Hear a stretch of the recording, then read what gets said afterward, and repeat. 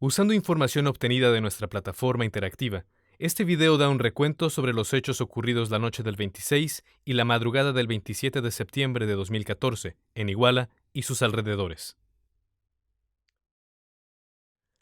A las 17:30 horas del 26 de septiembre, cerca de 80 estudiantes de la Escuela Normal Rural de Ayotzinapa se dirigieron hacia el norte del estado de Guerrero, en dos autobuses que habían tomado anteriormente. Querían tomar más autobuses, con los cuales esperaban participar en la conmemoración de la masacre del 2 de octubre del 68, en Tlatelolco, Ciudad de México. Las autoridades estaban al tanto de las motivaciones y de los movimientos de los normalistas desde las 6 p.m. Alrededor de las 19 horas, los estudiantes llegaron a las afueras de Iguala. Cerca de las 20 horas, un grupo de ellos tomó un autobús para dirigirse al centro de Iguala, donde tomarían más autobuses. A las 21:15 horas, los estudiantes llegaron a la terminal de autobuses. Poco después, a las 21:20 horas, los estudiantes salieron de la terminal en 5 autobuses. El primer convoy, compuesto por 4 autobuses, el Costa Line 2012, el Costa Line 2510, el Estrella de Oro 1568 y el Estrella de Oro 1531, se dirigió al norte, hacia el centro de Iguala. Solo un autobús, el Estrella Roja 3278, salió hacia el sur. Unos 10 minutos después, a las 21:30 horas, cuando el primer convoy llegaba a la esquina de la calle Galeana, miembros de la Policía Municipal de Iguala intentaron bloquear al grupo de autobuses que se dirigía hacia el norte, y dispararon balas hacia el aire a manera de advertencia. En este punto, el Estrella de Oro 1531 se separó del resto del convoy y se dirigió al este. Los otros 3 autobuses siguieron avanzando hacia el norte, hacia la calle Juan Álvarez. A las 21:40 horas, ambos convoys de autobuses fueron atacados simultáneamente en 2 lugares distintos. El convoy que iba hacia el norte fue finalmente bloqueado en la esquina de la calle Juan Álvarez y Periférico Norte por la patrulla municipal número 02. Los autobuses fueron atacados desde el frente y desde atrás. En el frente, sobre Periférico Norte, estaban las patrullas de la Policía Municipal de Iguala números 2, 11, 19 y 26. Y de las patrullas de la Policía Municipal de Cocula, la 302, 305 y 306. En la parte de atrás estaban las patrullas de la Policía Municipal de Iguala 17, 18, 20, 22, 27 y la número 28. El ataque duró varios minutos, y 2 estudiantes resultaron heridos. El estudiante Aldo Gutiérrez recibió un disparo en la cabeza cuando intentaba mover la patrulla 02, mientras que el estudiante J recibió uno en la mano. El estudiante MAEO empezó a tener dificultades respiratorias. Los otros estudiantes rogaron a la policía que les permitieran llevar a sus 3 compañeros heridos al hospital, a lo que finalmente accedieron los policías. Aunque nadie murió en este ataque, el estudiante Aldo Gutiérrez sigue en coma hasta la fecha.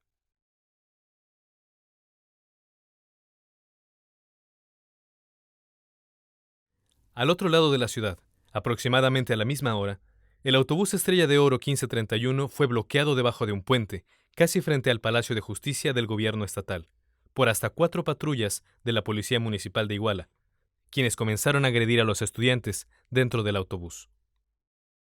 Unos 15 minutos después, una patrulla de la Policía Ministerial llegó a la escena, donde pudo ver a 4 patrullas de la Policía Municipal y a 8 efectivos alrededor del autobús. Durante este ataque, el número de patrullas incrementó a 8, incluyendo a las patrullas 24, 28 y 26, más otra patrulla municipal que estaba en dirección contraria al autobús. A las 22:20 horas, 150 metros antes de la escena del autobús Estrella de Oro 1531, el autobús Estrella Roja fue detenido por 2 patrullas no identificadas. Policías armados obligaron a los tripulantes a dejar el autobús, sin ser atacados en este punto. Mientras los estudiantes huían hacia Iguala, 3 patrullas de la Policía Municipal de Iguala intentaron interceptarlos. Temiendo por su vida, los estudiantes se dirigieron hacia la colonia Pajaritos. Poco después de las 22:30 horas, un agente militar, que declaró que estuvo presente en la escena del Palacio de Justicia entre las 22 y las 23 horas, tomó una fotografía de los hechos con su celular.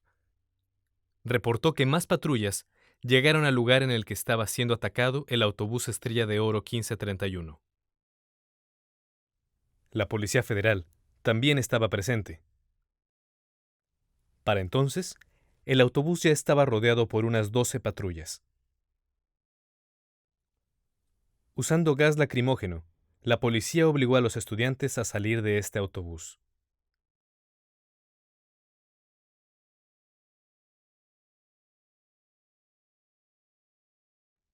Entre 12 y 15 estudiantes fueron golpeados y después subidos a la parte trasera de varios vehículos de la policía. Fueron llevados hacia el sur, por el camino que lleva a Chilpancingo, y después fueron desaparecidos.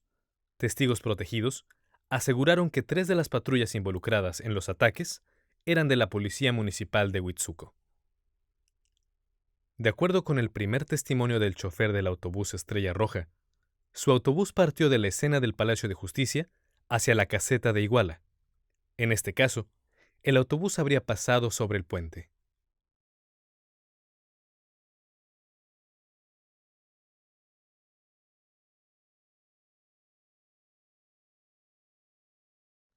Cerca de las 22:15 horas, de regreso a la escena de Juan Álvarez y Periférico Norte, la Policía Municipal de Iguala abrió fuego sobre la parte trasera del convoy de autobuses.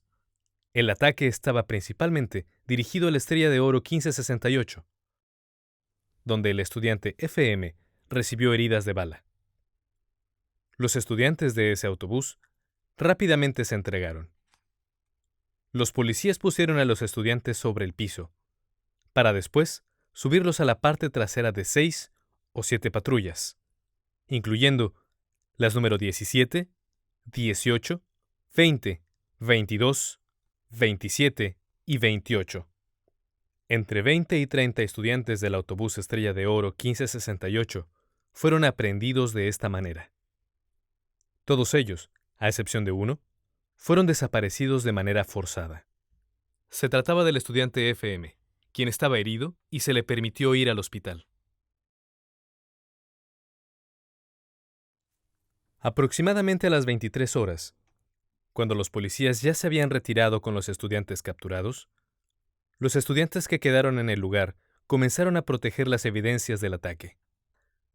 A pesar de que varias agencias de seguridad en todos los niveles de gobierno ya sabían de los hechos y de que el cuartel militar estaba a minutos de distancia, ninguna agencia acudió a ayudar a los estudiantes o a procesar la escena del crimen.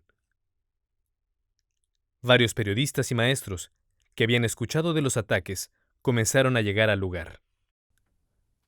Casi a la misma hora, a las 23 horas, el autobús que transportaba al equipo de fútbol Los Avispones partía del estadio de Iguala hacia Chilpancingo.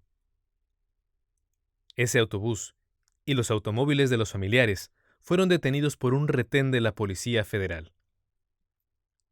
A las 23 horas con 10 minutos, la Policía Federal separó al convoy de Los Avispones, al permitirle a los familiares continuar por un camino de terracería hasta las cercanías de la caseta de Iguala, para luego seguir hacia Chilpancingo por la carretera federal. Mientras que al autobús del equipo de fútbol se le ordenó seguir por la ruta habitual. Mientras tanto, en la escena del Palacio de Justicia, alrededor de las 23:10 minutos, 14 estudiantes que habían escapado del autobús Estrella Roja regresaron a la escena del Palacio de Justicia.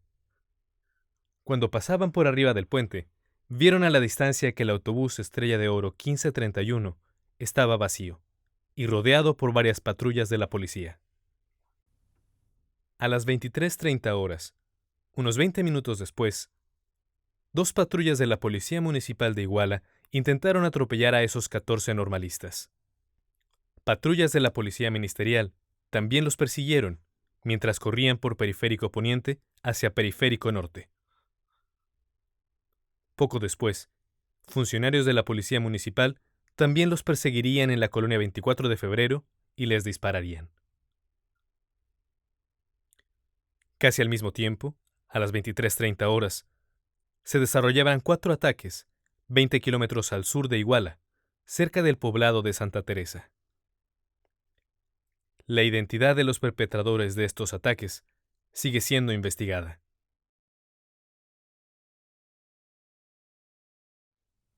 Primero, en el cruce de Santa Teresa, dispararon a un taxi que luego retrocedió 500 metros. Familiares del equipo de fútbol Los Avispones intentaron ayudar al chofer. Una de las pasajeras del taxi, Blanca Montiel, fue asesinada en este ataque. Minutos después, el autobús que llevaba a Los Avispones pasó por el mismo lugar, y sin advertencia alguna, fueron brutalmente atacados desde ambos costados de la carretera.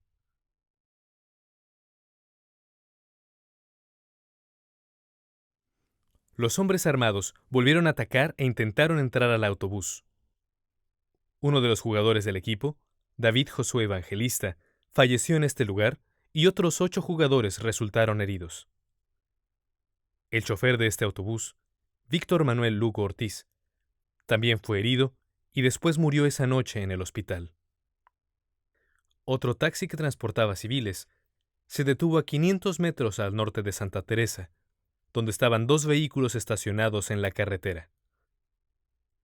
El taxi continuó su camino, pero fue atacado por policías a la altura del cruce, según los primeros testimonios. Nuevas investigaciones contenidas en el expediente apuntan a que se trataría de policías de Huitzuco en conjunto con miembros del crimen organizado. Un camión de transporte de mercancías también fue atacado y uno de sus pasajeros resultó herido. Poco después, 500 metros al norte de la misma carretera, otro taxi fue atacado por sujetos no identificados. Los disparos provenían de las colinas que están al lado del camino. El conductor fue lesionado. Cuando los atacantes se dieron cuenta que habían disparado contra un autobús equivocado, partieron hacia Santa Teresa en 4 vehículos, disparando indiscriminadamente a los vehículos que pasaban por el lugar. Durante la hora posterior a estos ataques, las víctimas de Santa Teresa no recibieron ninguna ayuda, a pesar de las llamadas de auxilio y de la presencia de fuerzas de seguridad en el lugar. Había 5 patrullas federales, 2 patrullas militares y 4 patrullas ministeriales. De acuerdo con los testimonios de las víctimas, todos los efectivos de seguridad presentes en el lugar se negaron a brindarles ayuda. Las ambulancias llegaron finalmente a la escena a las 0:47. Cerca de la medianoche, civiles armados instalaron bloqueos carreteros. 1 a 3 kilómetros al sur del cruce de Santa Teresa, cerca del poblado de Sabana Grande. Y otro 30 kilómetros al sur, cerca de Mezcala. En este punto, hombres fuertemente armados dispararon contra los vehículos que pasaban e hirieron a varias personas. Este bloqueo se mantuvo hasta las 2 a.m. Algunos testimonios aseguran que este bloqueo fue reinstalado a las 6 a.m. Entre las 0:15 y las 0:40, el servicio de grúas empezó a retirar al autobús Estrella de Oro 1531 de la zona del Palacio de Justicia. De regreso a Periférico Norte, los estudiantes que habían protegido la escena del crimen estaban dando una conferencia de prensa en la calle, en la que denunciaban los ataques. Los estudiantes declararon que en ese momento varios vehículos pasaron por la escena, pero ninguno les ofreció ayuda.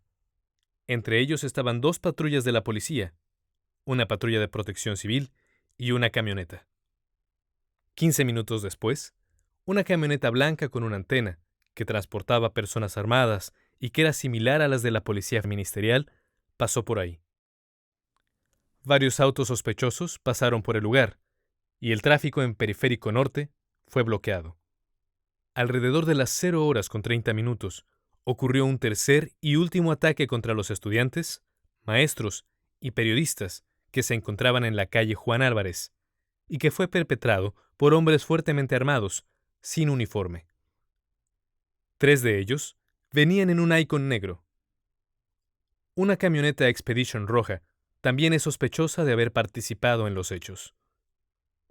Un taxi sospechoso también estaba en la zona. En este ataque fueron asesinados los estudiantes Daniel Solís Gallardo y Julio César Nava, mientras que el estudiante Edgar Andrés Vargas resultó gravemente herido. Otras 2 personas también fueron lesionadas.